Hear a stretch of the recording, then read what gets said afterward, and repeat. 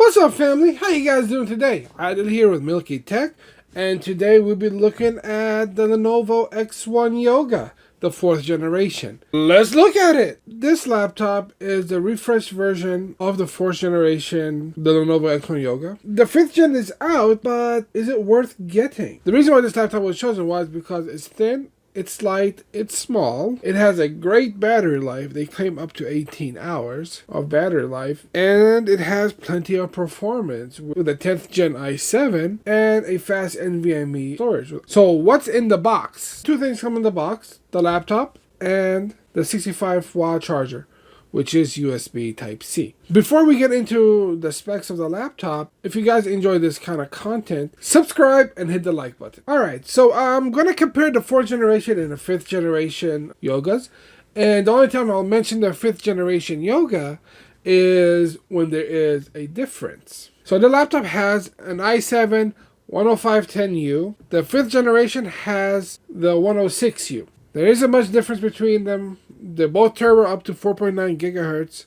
But if you need vPro support, you'd want to go with the 5th gen with the i7 10610U. The laptop has a 14-inch 1080p IPS display, and you can get it configured all the way up to 4K display. The laptop has 16 gigs of DDR3 RAM at 2133 megahertz. I don't know why they went with DDR3 when DDR4 is the standard. Sadly, it is soldered on, so 16 gigs is the maximum you could get. But we'll take a look at it. We'll open the laptop up. We will see if there is an option to upgrade, but probably not. The laptop claims to have 18 hours of battery life. The 5th gen, they claim 19.3 hours of battery life. The laptop has a 512 gigabyte NVMe drive, a very fast drive. It has Dolby Atmos support, and it only weighs 3.23 pounds. It's very light. You can just pick it up at the edge with one hand, and the construction is pretty good. Little to no bend. The laptop has a 720p webcam. Personally, I would like to see that upped to maybe a 5 megapixel camera or something better, because everybody nowadays is on Zoom calls and the quality is important, especially when you're doing an interview or if you're doing a class. I mean, quality matters. Another feature of this webcam, it has a privacy shutter. You just slide it and it'll put a physical barrier. So even if your laptop were to get hacked, they won't be able to see you. The laptop has 4 far-field microphones. This laptop has a wireless AC 2x2 Wi-Fi adapter with Bluetooth 5.0. The 5th gen has Wi-Fi 6AX with Bluetooth 5.0. So if you have AX routers and you have the really fast fiber internet, I guess the 5th gen makes sense at this point. And last but not least, you have a full-size, spill-resistant LED backlit keyboard. The laptop also has a fingerprint reader, and since it's a Yoga, it has a touchscreen display. And one of my favorite features, this right here. You have a built-in pen, so if you want to draw, you want to doodle, you want to do whatever you want, sign them e-docs, you can do it. You flip it here, and when you flip it, the keyboard doesn't work anymore. And the trackpad doesn't work. It's all on here, and this becomes kind of like your pointer, so it becomes like a tablet. As you can see here, there's also an option on this laptop, privacy guard, so people can't really see your screen unless they get behind your shoulders. Yeah, you'd have to be at the correct angle. You'd have to look basically straight at it. So yeah, there isn't much difference between the 4th gen and the 5th gen. Let's do an overview of the laptop. Let's go around it and introduce you to all the ports. Alright, so we have 2 USB Type-C ports, and they're Thunderbolt, and this is your charging port. You charge a laptop either through this port or through that port, but this is where you want to charge your laptop. You have another USB Type-C, and here's a proprietary RJ45 connector. So if you need to have a wired LAN, you'd have to buy an adapter. USB 3.0. HDMI, and your all-in-one microphone jack. Flip over to this side. Here's where the pen lives and charges, your power port, another USB 3.0 port, vent, and a Kensington lock. Okay, in the front, we have our 4 far-field microphones. We have our 2 hinges over here, very high quality.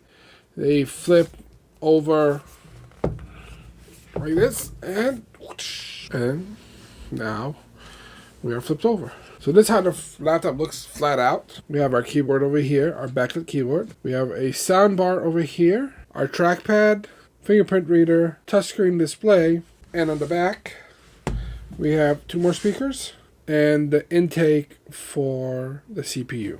And this slides in just like so. One of my favorite features of this laptop is the aluminum magnesium construction. It just feels so nice. Now that we went over the laptop, let's do some physical tests. First thing I want to do is see if we could open it one-handed. And no, it doesn't. It's a two-handed operation. You need to hold it down. Let's flex the screen. Not much flex. This is perfect. Let's push down on the laptop. It is very, very sturdy. All right, let's open this guy all the way up until it's flat out. Hold it by the edge. And you can see literally no flex to the laptop. This is fantastic. Let's crack this guy open. It looks like only 5 screws hold it back. I'm using my Tacklife cordless screwdriver. This makes life a little bit easier. And I got my Cobalt tool set, and I'll have everything linked below.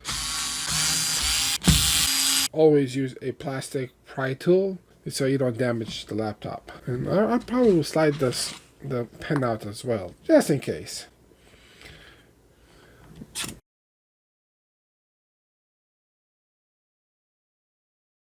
As you can see here, there really isn't much upgradability for this laptop. You can always upgrade your NVMe drive if you need more storage, but RAM does not look like it is upgradable. It looks like it is soldered on.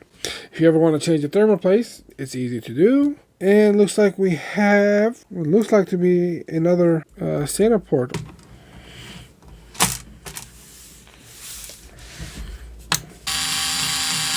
And now I want to test the built-in microphone and camera quality. And now we're going to do a handoff where I stop talking to the camera and then I start talking to the laptop. And now you can hear my voice. You can see how the camera looks here. And yeah, it could be better. I wish it was better, but it is what it is.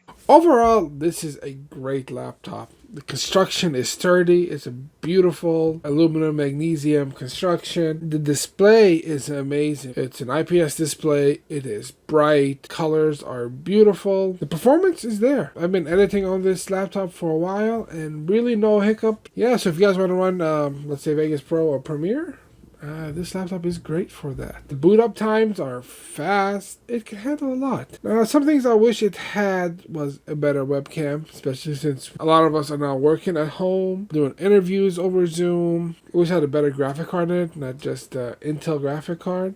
And I wish the memory was upgradable. 16 gigabytes is really not much, especially when you're trying to run bigger program. If you try to do 3D rendering or video editing, especially big 4K files or 8K files, you really need the memory space. 16 gigabytes is great for day-to-day stuff with plenty of space, but trying to run those bigger productivity programs, we need a little bit more. Overall, I would pick the 4th gen over the 5th gen. There really isn't that much difference unless you need AX Wi-Fi or Intel vPro, or you need a little extra battery life, then I'd go for the 5th gen. But the 4th gen, if you could get it for cheaper, I'd go for the 4th gen. Hands down over the 5th gen. This is a fantastic laptop. And I'll have this laptop linked in the description below. If you guys enjoyed this video, subscribe. Smash that like button. If you guys have a comment, a suggestion, or want to say hello, drop it in the comments below. And I'll see you guys next time. Peace.